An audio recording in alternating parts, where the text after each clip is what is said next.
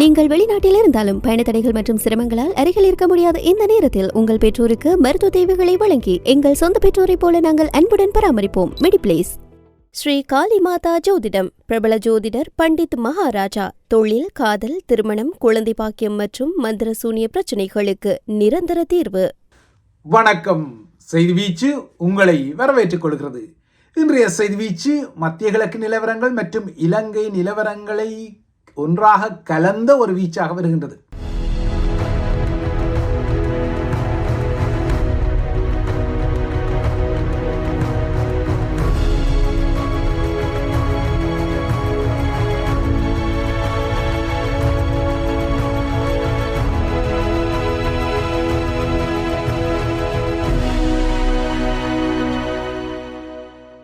மத்திய கிழக்கின் போர்க்கால ராஜதந்திரங்களை அறிந்து கொள்வதற்கு, இல்லையென்றால் தமிழ் தேசிய அரங்கில் இருக்கக்கூடிய கூளை கும்புடு ரக தந்திரங்களை அறிந்து கொள்வதற்கு உங்கள் அனைவருக்குமே நிச்சயமாக ஒரு நுண்ணறிவு தேவைப்படக்கூடும். ஏனெனில் அமெரிக்காவுடன் ஈரான் போர் ஒன்றை நடத்தி கொண்டாலும் அதே ஈரான் ஹோர்மூஸ் ஊடாக 20 எண்ணெய் கப்பல்களில் அமெரிக்காவுக்கு எண்ணெய் பரிசு ஒன்றை வழங்கியுள்ளதாக சில மணி நேரத்துக்கு முன்னர் வாஷிங்டனில் ஏர்ஃபோர்ஸ் ஒன்னில் பறக்கும்போது அமெரிக்க அரசு தலைவர் டொனால்ட் ட்ரம்ப் சொல்லிக் கொண்ட போது இந்த போர்க்கால ராஜதந்திரத்தின் பாங்கு தென்பட்டது. அதேபோல உள்ளூரில் தமிழ் தேசிய அரசியல் தளத்தில் தேசியம் சார்ந்த வீராவேச பேச்சுக்களை பேசும் சில தமிழ் தேசிய அரசியல் முகங்கள் அதே தமிழினத்தை முள்ளிவாய்க்கால் வரை கருவறுத்த முகத்துடன் கூளை கும்புடு ரக கைலாகுகளை கொடுக்கும் காட்சிகள் எல்லாம் வந்திருக்கின்றன. மஹிந்த ராஜபக்ஷ முள்ளிவாய்க்கால் பேரவலத்தின் ஒரு சூத்திரதாரி என்பது தெரிந்த விடயம். அவ்வாறாக விமர்சிக்கப்படும் மஹிந்த ராஜபக்ஷ இருந்த இடத்தை நாடி தேடி சென்று கூளை கும்பிடு போட்டு கைலாகு கொடுத்த காட்சிகளிலும் தமிழ் தேசிய அரசியல்வாதிகளின் எமகாத அரசியல் இருக்கத்தான் செய்தது. கடந்த வாரம் கொழும்பில் பங்களாதேஷின் தேசிய தின நிகழ்வு இடம்பெற்ற போது அந்த நிகழ்வில் பங்கேற்ற மஹிந்த ஸ்ரீலங்காவுக்கான பங்களாதேஷ் தூதருடன் ஒரு மேசையில் அமர்ந்து அளவலாவிக் கொண்டிருந்த போது அந்த மேசையை நாடி தேடி சென்ற தமிழரசு சுமந்திரன் இருந்த இடத்தில் எழும்பாத மஹிந்தவுக்கு கைலாகு கொடுத்த காட்சிகளுக்குரிய ஆதார நிழல் படங்கள் எல்லாம் கொழும்பு ஆங்கில தினசரிகளில் வந்துவிட்டது. ஆகையால் மஹிந்ததான் சுமந்திரனை தேடி வந்து கைலாகு கொடுத்ததான பூச்சுட்டல்களை சுமந்திரனின் அரசியல் அடிபொடிசுகள் செய்வதற்கு இங்கு இடமே இல்லை. இருந்த இடத்திலிருந்து எழும்பாமல் வேண்டா வெறுப்பாக சுமந்திரனுக்கு மஹிந்த கைலாகு கொடுத்தாலும் இந்த காட்சி ஒரு தீண்டத்தகாத காட்சி அல்ல. ஏனெனில் ஒரு நிகழ்வில் இவ்வாறான சம்பவங்கள் இருக்கத்தான் செய்யும். ஆனால் இங்கு பிரச்சனை என்னவென்றால் கைகொடுப்பு அல்ல, மாறாக தமிழர்தாய பகுதிகளில் மஹிந்த அதிகார மையத்தை விமர்சிப்பது, இல்லையென்றால் மஹிந்தவை கராராக எதிரியாக காட்டிக் கொள்ளும் முகங்கள்தான் வேறு நிகழ்வுகளில் அதே மஹிந்தவை நாடி தேடி சென்று கைலாகுகளையும் கொடுத்துக் கொள்கிறார்கள். இதற்கு அப்பால் மஹிந்தவின் அரசியல் அடிபொடிசுகள், அதாவது தமிழ் அடிசுபொடிசுகள் யாராவது இப்படி கை கொடுத்தால் அவர்களை மிக மோசமாக இதே தமிழ் தேசியவாதிகள் சித்தரித்து கொண்டாலும் இவ்வாறான சித்தரிப்புகளை செய்யும் அதே தமிழ் தேசிய அரிதார முகங்கள்தான் மஹிந்த போன்றவர்கள் இருமாப்புடன் இருந்தாலும் அவர்கள் இருக்கும் இடங்களை நாடி தேடி சென்று கைலாகு கொடுத்து சம்பவங்களை செய்து கொள்கின்றார்கள். இது தமிழர்கள் மத்தியில் ஒரு முகம், கொழும்புக்கு இன்னொரு முகத்தை காட்டும் எமகாதக அரசியல் தமிழ் தேசிய அரங்கில் இப்போது விரவியுள்ளதை இன்னொரு முறை பகிரங்கப்படுத்துகிறது. ஆனால் தமிழர்களின் நிலையோ கையறு நிலையாக இருக்கின்றது. அந்த கையறு நிலை இப்போது யாழ்ப்பாண நாவற்குழி விகாரையின் இளம்பிக்கு ஒருவர் அங்குள்ள தமிழ் சிறுமி ஒருவரை பாலியல் முறைகேட்டுக்கு உள்ளாக்கும் வகையில் அவலமாக நகர்ந்து விடுகிறது. இப்போது குறித்த பிக்கு கைது செய்யப்பட்டு நீதிமன்ற உத்தரவில் விளக்கமறியலில் வைக்கப்பட்டிருக்கின்றார். ஆனால் இந்த சிறுமிக்கு ஏற்பட்ட அவலம்தான். இவை தமிழர்களின் முற்றங்களில் பதிவாகும் சமூக அவலங்களில் ஒரு அங்கமாக வந்திருக்கின்றது. குறித்த விகாரை வளாகத்தில் உள்ள குடிநீர் நிலையொன்றில் சுத்தமான குடிநீரை பெறுவதற்காக சென்ற வேளைதான் இந்த சிறுமி இந்த பாலியல் முறைகேட்டுக்கு ஆளாக்கப்பட்டிருக்கின்றார். குறித்த விகாரைக்கு புதிதாக வந்த இளநிலை பிக்கு ஒருவரை இந்த காரியத்தை செய்திருக்கின்றார் கடந்த சனியன்று. இதனையடுத்து நேற்று குறித்த பிக்குவை கைது செய்த சாவகச்சேரி போலீசார் அவரை நீதவான் நீதிமன்ற வாசல் ஸ்தலத்தில் முற்படுத்தி அவருக்கு எதிர்வரும் வியாழன் வரை தடுப்பு காவல் உத்தரவை பெற்று அவரை தடுப்பு காவலில் வைத்திருக்கின்றார்கள். ஆனால் இந்த சம்பவம் தமிழர்களின் தரப்பில் உள்ள ஒரு அவலமான சம்பவத்துக்குரிய உதாரணமாக வருகின்றது. தமிழர் பரப்பில் இவ்வாறான அவலங்கள் மற்றும் அங்கிடுதத்தங்கள் எல்லாம் நகர்த்தப்படும் நிலையில்தான் மத்திய கிழக்கின் போர்க்கால ராஜதந்திரங்களும் மாறுபாடான காட்சிகளை வெளிப்படுத்திக் கொள்கின்றன. இன்று அதிகாலை முதல் தெஹ்ரானில் உள்ள இராணுவ உட்கட்டமைப்புகள் மீது கடும் தாக்குதல்கள் நடத்தப்பட்டு வருவதாக இஸ்ரேல் இராணுவம் கூறிக்கொள்கின்றது. மறுபுறத்தே ஈரான் இன்று காலை முதல் அடுத்த சில நாட்களுக்கு ஹோர்மூஸ் நீரிணை வழியாக பாகிஸ்தான் கொடிதரித்த 10 கப்பல்கள் உட்பட 20 எண்ணெய் கப்பல்களில் எண்ணெயை ஏற்றி அதனை அமெரிக்காவுக்கு வழங்க ஒப்புக்கொண்டுள்ளதாக குறிப்பிட்டுள்ள அமெரிக்க அரசு தலைவர் டொனால்ட் ட்ரம்ப் இந்த 20 கப்பல்களும் ஏற்கனவே தமது பயணத்தை தொடங்கி இப்போது ஹோர்மூஸ் நீரிணையின் நடுப்பகுதி வழியாக செல்வதாகவும் குறிப்பிட்டிருக்கின்றார். ஆனால் இதே ட்ரம்ப் நேற்று ஈரானில் நீண்ட காலமாக தேடப்பட்ட பல இலக்குகள் அளிக்கப்பட்டுள்ளதாக மொட்டையாக குறிப்பிட்ட விடயமும் உற்றுநோக்கலை ஏற்படுத்திக் கொள்கின்றது. இப்படி ட்ரம்ப் கூறுவது போல, அதாவது அவரின் உலகின் மிகச்சிறந்த மற்றும் மிகவும் சக்தி வாய்ந்த இராணுவமான அமெரிக்க இராணுவம் நேற்று ஈரானில் என்னதான் அளித்தது என்பது தெரிய வரவில்லை. ஆனால் ட்ரம்ப் அவ்வாறு பல முக்கியமான இலக்குகள், அமெரிக்கா நீண்ட காலமாக தேடிய இலக்குகள் அளிக்கப்பட்டதாக கூறுகின்றார். ஆனால் மறுபுறத்தே சவுதி அரேபியாவில் உள்ள பிரின்ஸ் சுல்தான் அமெரிக்க வான்படை தளத்தின் மீது அண்மையில் ஈரான் நடத்திய தாக்குதலில் அமெரிக்காவின் E-3 சென்ட்ரி விமானம் ஒன்று அளிக்கப்பட்டமைக்கும் ஒரு எரிபொருள் நிரப்பும் விமானம் சேதமடைந்தமைக்கும் உரிய ஆதார நிழற்படங்கள் வந்துவிட்டன. இந்த E-3 விமானம் போர்க்களம் ஒன்றை வானிலிருந்து 250 மைல் தூரத்துக்கு, அதாவது சுமார் 1,20,000 சதுர மைல் பரப்பளவை கண்காணிக்கக்கூடிய சுழலும் ரேடார் குவிமானத்தை கொண்ட ஒரு முக்கியமான வான்கலம் என்பது இங்கு கூறக்கூடிய ஒரு விடயம். நேற்று முன்தினம் நடத்தப்பட்ட இந்த தாக்குதலில் குறைந்தது 10 அமெரிக்க துருப்புக்களும் காயமடைந்த நிலையில் அமெரிக்க இராணுவத்தின் போர்க்கள மேலாண்மையில் E-3 சென்ட்ரி விமானம் ஒரு முக்கிய பங்கு வகிக்கும் நிலையில் அதில் ஒன்று சவுதியில் இழக்கப்பட்டுள்ளது. இந்த பின்னணியில் இதுவரை ஏனைய நாடுகளுக்கு எண்ணெயை வழங்குவதற்கு ஈரான் அரைகுறை மனதிடம் ஒப்புக்கொண்டாலும் அமெரிக்கா மற்றும் அதன் பங்காளி நாடுகளுக்கு ஹோர்மூஸ் நீரிணை ஊடாக எண்ணெய் இல்லை என்ற நிலைப்பாட்டில் இருந்தது. ஆனால் இப்போது ஈரானுக்கும் அமெரிக்காவுக்கும் இடையிலான பேச்சுவார்த்தைகள் குறித்து ட்ரம்ப் அடிக்கடி சொல்கின்றார்.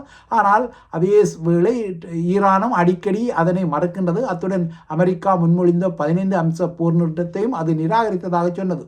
எனினும் இப்போது அமெரிக்கா முன்மொழிந்த 15 அம்ச போர் நிறுத்த திட்டத்தில் பெரும்பாலானவற்றுக்கு ஈரான் ஒப்புதல் தெரிவித்ததாகவும் அந்த நாடு பெரிய சலுகைகளை அமெரிக்காவுக்கு வழங்குவதாகவும் ஹோர்மூஸ் வழியாக எண்ணெய் தாங்கி கப்பல்கள் செல்வதற்கு ஈரானிய நாடாளுமன்ற சபாநாயகர் முகமது பாகர் கலிஃபா அனுமதி அளித்துள்ளதாகவும் ட்ரம்ப் கூறிக்கொள்கின்றார். ஆனால் இவ்வாறான பல ராஜதந்திர முரண்பாட்டு செய்திகளின் பின்னணியில் 5வது வாரத்தில் இந்த போர்க்களம் புகுந்திருக்கின்றது. இந்த பின்னணியில் தான் ட்ரம்பின் இவ்வாறான போர்க்கால வார்த்தை சிலம்பங்களும் வருகின்றன.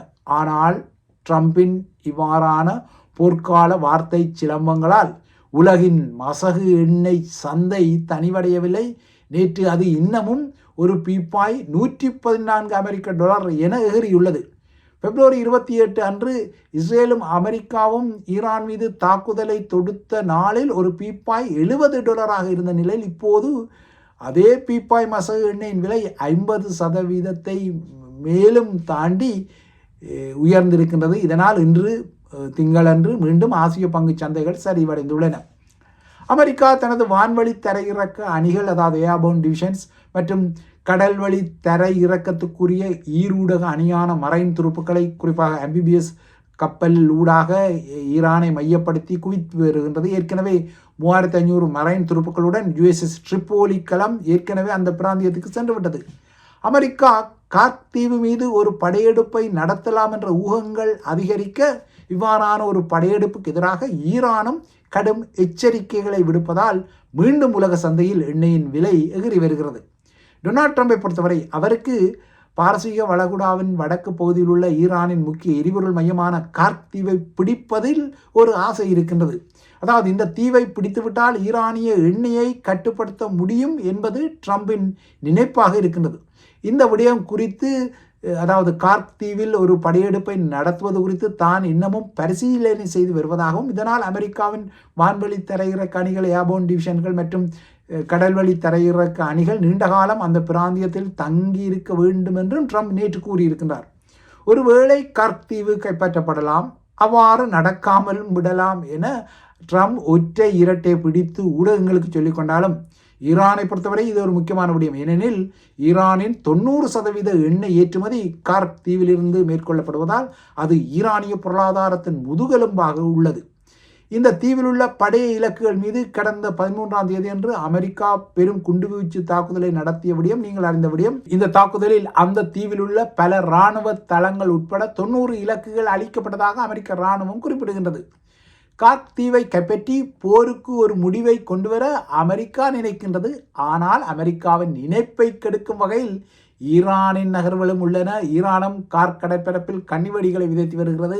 அதிக துருப்புக்களை அந்த பகுதிக்கு அது அனுப்பி தனது தரப்பிலும் அமெரிக்கா ஒரு படையெடுப்பை செய்தால் அதனை எதிர்கொள்ள தயாராவது தெரிகின்றது.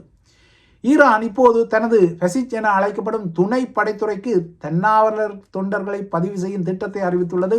இந்த திட்டத்தில் 12 வயதுக்கு மேற்பட்டவர்கள் ஈரானின் பாதுகாப்பு மற்றும் அதனுடன் தொடர்புடைய பணிகளில் இணைந்து கொள்ளலாம் என ஈரான் அறிவிக்கின்றது. அதாவது ஆட்சேர்ப்பை ஈரானும் தீவிரமாக செய்கின்றது.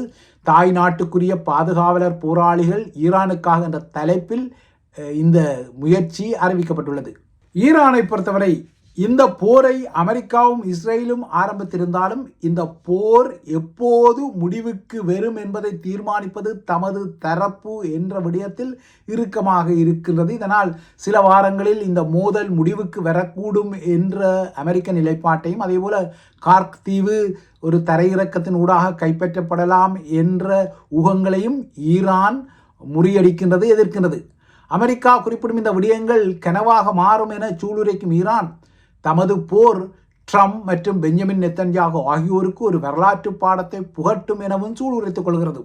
இவ்வாறு இரண்டு தரப்பும் தீவிரமான போராட்டத்தை ஆட மறுபுறத்தே உலகின் எண்ணெய் விலை உயர்வு பணவீக்க அழுத்தத்தை உருவாக்கிக் கொள்வதால் உலக பொருளாதாரம் நீண்டகால தாக்கத்துக்கு மீண்டும் ஒருமுறை ஆளாகலாம் என்ற கவலைகள் அதிகரிப்பதால் பாதகங்கள் உலக நாடுகளை துரத்தி கொள்கின்றன.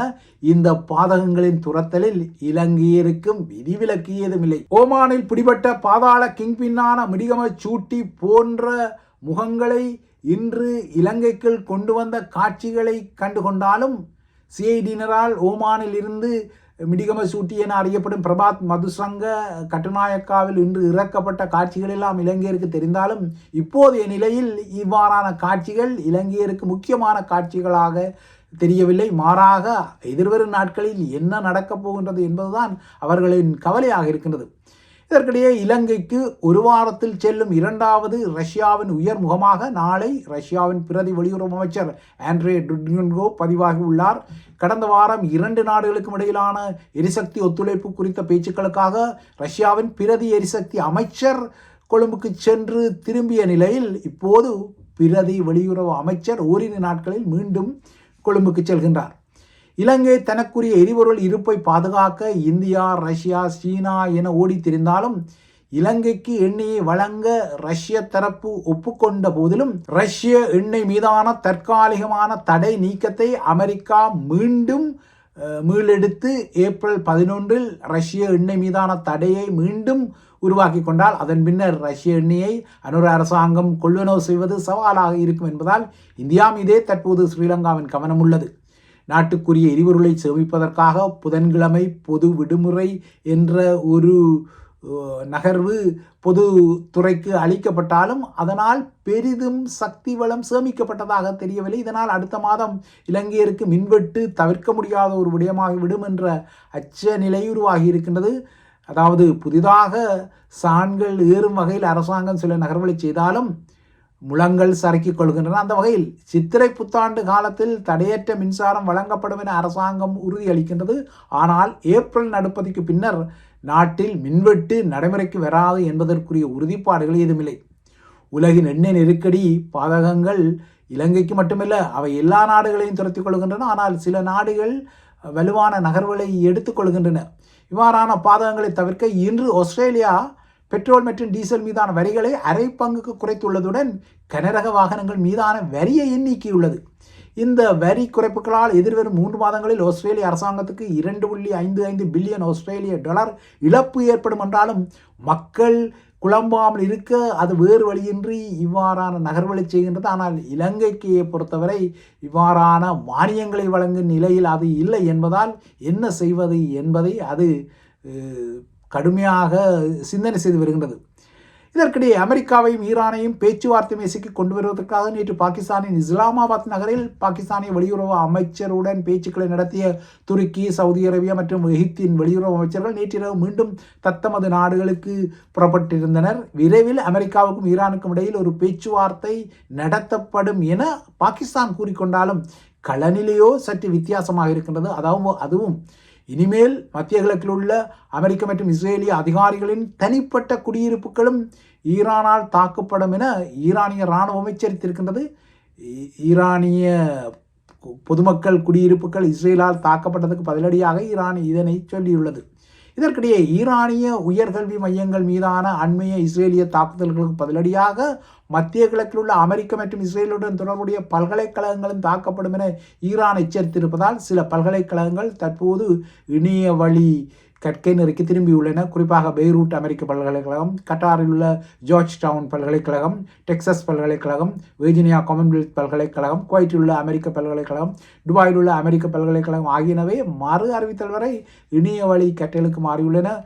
தெஹ்ரான் பல்கலைக்கழகத்தின் மீது இஸ்ரேல் மிக மோசமான ஒரு தாக்குதலை நடத்தி அதன் கட்டிடங்களை அழித்த நிலையில் ஈரானின் இந்த பதிலடி மத்திய கிழக்கில் உள்ள அமெரிக்க பல்கலைக்கழகங்கள் மீது திரும்பும் என எச்சரிக்கைகளை உருவாக்கியுள்ளதால் இப்போது பெரும் போரின் விரிவாக்கம் தெரிகின்றது. இதற்கிடையே மத்திய கிழக்கு போரில் ஈரானிய ட்ரோன் தாக்குதல்களை முறியடிக்க மத்திய கிழக்கு நாடுகளுக்கு உதவுவதற்காக உக்ரைன் அரசு தலைவர் வொலடிமிர் ஜெலன்ஸ்கியும் தனது வளைகுடா அரபு நாடுகளுக்கான சுற்றுப்பயணத்தை ஆரம்பித்திருக்கின்றார். நேற்று அவர் ஜோர்டானில் தரையிறங்கினார். ஆக மொத்தம் இப்போது இந்த போர் ப்ராக்சிகளின் போராக, அதாவது வளைகுடா நாடுகளுக்கு உதவ இப்போது உக்ரைன் களமிறங்கி இருக்கின்றது. அதேபோல் ஈரானுக்கு உளவு தகவல்களை வழங்க ரஷ்யா இயங்குகின்றது. அதேபோல் ஈரானுக்காக ஹெஸ்புல்லா மற்றும் ஏமன் ஹவுத்திகள் எல்லாம் ப்ராக்சிகளாக போரிடும் நிலையில் இப்போது இந்த ப்ராக்சிகளின் போர் விரிவாவது மத்திய கிழக்கில் தெரிகின்றது.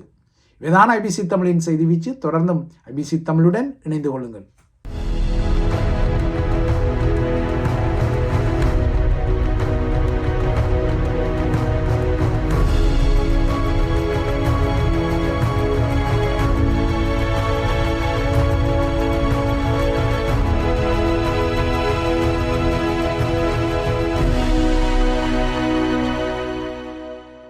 ஸ்ரீ காளிமாதா ஜோதிடம். பிரபல ஜோதிடர் பண்டித் மகாராஜா. தொழில், காதல், திருமணம், குழந்தை பாக்கியம் மற்றும் மந்திர சூனிய பிரச்சனைகளுக்கு நிரந்தர தீர்வு.